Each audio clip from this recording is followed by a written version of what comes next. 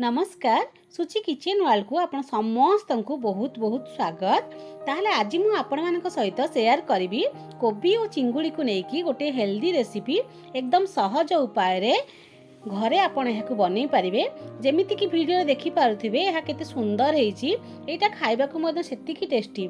आशा curry recipe आपण मान को पसंद आसीबो। तेबे चलंतु डेरी न करी यह स्टार्ट करिबा। ये रेसिपी को बनया पई प्रथमे तो चिंगुड़ी दरकार। आम चिंगुड़ी को लेकिन रेसिपीटी बनाऊँगी। देखंतु मु सबू खोल गुड़ी को सफा करने ऊपर एवं पूरापूरी ताको भलसे धोई देइछि, परिष्कार करने। एबे मु एथिरे गोटे ठिपी बा गोटे चामच मु एठी भिनेगार डालू दउछि। आपण चाहिले एठी लेंबू रस देई परिबे। मुझे गोटे चामच लुण को आड करुच्ची एवं या भल भाव में गोले दूची।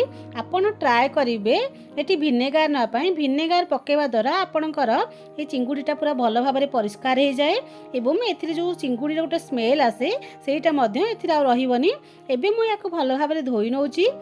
देखंतु मुझे भल भाव में धोई नेली एवं मुझे चिंगुड़ी को गोटे प्लेट रे बाहर कर नौची एवं धोई थिबा पानी को आम या फोपाड़ी दबा। देखंतु मुझे सबू चिंगुड़ी को एथु बाहर कर नौची। ये पानी को मुझे फोपाड़ी दूची। एठी मु मसला भितर एठी मु 15 रु 20 कोला रसुण नहीं, 5-7टा सुखिला लंका नहीं, 2 इंच अदा नहीं एवं मु एठी गोटे चामच जीरा नहीं। एबे मु एठी गोटे ग्राइंडिंग जार रे यार गोटे पेस्ट बनै नहीं।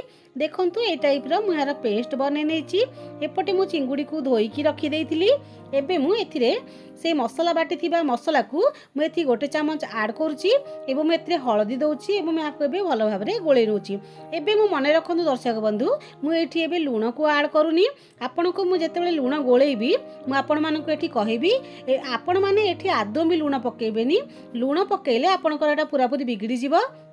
एबे मु याकू कभर करिकी 15-20 मिनिट रखी दउची। या परे हमको गोटे बंधाकोबी दरकार।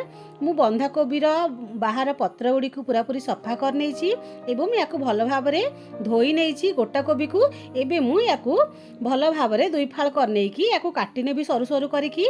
मु एठी छुरी सहाय्य रे याकू काटुची।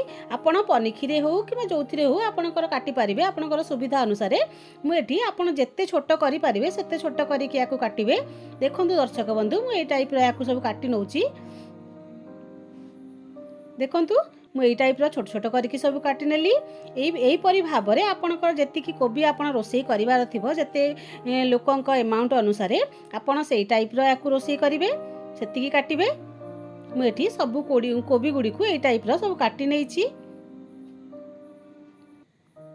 एबे मु एठी 2टा बड़ साइज रो पियाज को चॉप करके काटी नेइची। चलंतु एबे स्टार्ट करिबा। एठी मु गैस रे गोटे कढ़ाई बसई नेइची। एबे मु एथिरे 4 चामच सोरिष तेल को दउची। आपण या जगह रिफाइन तेल मते व्यवहार करि परिबे। हमर तेल को पूरा गरम होआ पई छाड़ दबा। तेल एबे हमर गरम हे गेलानी। आमे काटी के रखिथिबा पियाज को एथिरे ऐड करिबा एवं याकू आमे हल्का भाजी नबा।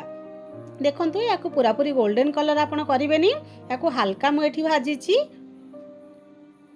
सेई पियाज हल्का भाजी हो सारा पर मुझे 2टा टमाटो को काटिकी रखी।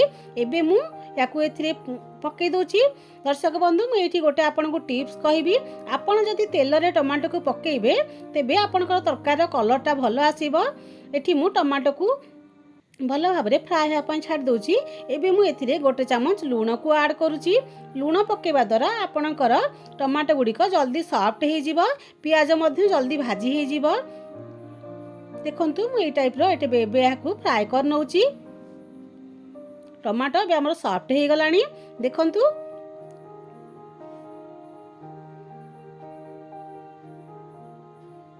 एबे आमे रखिथिबा मसला पेस्ट को एथिरे पकई नबा। एथि आपण जम्मा भी पानी रा व्यवहार करिवेनी। आपण जदि एथिरे पानी देबे ताहले मसला हेबा पई आपण को टाइम लागिबो। एबे मु याकू भल भाव में गोले नउची। एबे मु एथिरे गोटे चामच हळदी गुंड, गोटे चामच काश्मीरी चिली पाउडर। मु प्रथम रु सुखिला लंका को बाटीची सेत पई मु एथिरे रेड चिली पाउडर व्यवहार करिनी एठी केवल काश्मीरी चिली पाउडर मुझे कलर पाई व्यवहार करुच्ची। एबे आमे याकू भल भाव में गोले नबा एवं जेपर्यंत मसला भल भाव में भाजी न हो देखंतु साइड रु तेल बाहरी आसलानी मीन्स यार आमर मसलाटा रेडी हो गलानी। एबे आमे काटिकी रखिथिबा कोबी को धीरे धीरे करके पकेबा काहेकि ना मुझे अधिक अमाउंट रो कोबी नहींची। एटा मु मोर लंच पाई प्रिपरेशन करूची सेत पई आपण एठी धीरे धीरे करके कोबी को पकेइबे। एका बेले पकेले आपणकर एटा ओल्टेवा पई आपनको असुविधा हबो। देखंतु मु एही परि भाबरे सबु कोबी गुडी को एथिरे धीरे धीरे करके पकोउची एवं याकू भल भाबरे गोळेई नउची।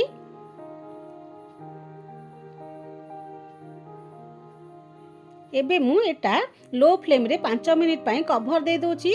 कवर दे सला परे आपणकर एटा टिके नरम हे जिवो।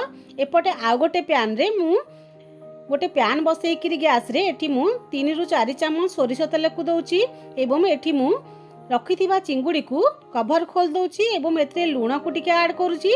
तापरे आमे याकू एथिरे फ्राई करनबा। देखंतु मु एथिरे बे देकी एटा को फ्राई करनोची। याकू भल भाव रे आपण भाजी नेबे जेमिति कि एटा गोल्डन कलर हे आसीबो। एपटे गैस रे मु कोबी बसैतिली एटा मु एबे कवर खोल दोची। हमर 5 मिनिट हे गलानी। याकू एबे आमे भल भाव रे गोळेई नबा। देखंतु पानी बाहरिबा आरंभ कलानी काईटा आमे एटा फ्रेश कोबी नैचंती आ शीत दिने तो फ्रेश कोबी मिले सेथरु अधिक अमाउंट रो पानी बाहरे। एको आमे भल भाव रे एबे गोळेई नबा। देखंतु अमाउंट केते कमी गलानी। इटा खाइबा को बहुत टेस्टी लागिबो। दर्शक बंधु आजिर रेसिपी जदि आपण मानकु पसंद आसीबो ते वीडियो को लाइक करिवे शेयर करिवे आ जदि चैनल नुआ अछंती सब्सक्राइब करनाहंती तेबे प्लीज सब्सक्राइब करनेबे। देखंतु चिंगुड़ी एबे हमर भाजी हे गलानी गोल्डन कलर हे गलानी। एहाकू हमें लो फ्लेम रे रखि नबा जमा भी याकू ऑफ करबानी। एमिति चिंगुड़ीटा लो फ्लेम रे एठी एमिति थिबो सेपटे कोबी हमर बसिची। देखंतु एटा हमर एबे हेई आसलानी। एटा खाइबा को बहुत टेस्टी लागिबो। दर्शक बंधु निश्चय घरे बनैबे। एपटे कोबी हमर एटा 70 रु 80% सिझी आसलानी। एबे आमे याकू गैस रो फ्लेम को बंद कर दबा काहेकि ना सेपटे आमे अधिका समय याकू टिके फ्राई करिबा। एथरु पानी बाहरची आपण सेपटे देकी एटा टिके फ्राई कले यार टेस्ट बहुत भल लागिबो। एबे मु आर पट गैस रे चिंगुड़ी बसैतिली सेपट को मु एपटू किछि कोबी को आड नै जाउची। आपण जदि एमिति याकू खाइबा को चाहुथि कोबी तरकारी ताले याकू मध्ये एपटे खाइ परिबे नले आपण।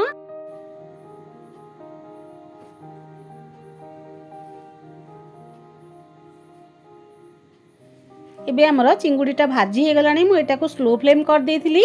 एबे आमे बनेथिबा कोबी रो तरकारी को एथिरे ऐड करिबा एवं याकू मीडियम फ्लेम रे भल भाव रे फ्राई करिबा जे पर्यंत एथिरे पानी सबु सोसी न जाईछि। देखंतु मु एबे गोटे मिनिट पई याकू भल भाव रे फ्राई कर नउछि मीडियम फ्लेम रे। एटा करिबा निहाती दरकार। आपण याकू निश्चय गोटे मिनिट पई फ्राई करिवे।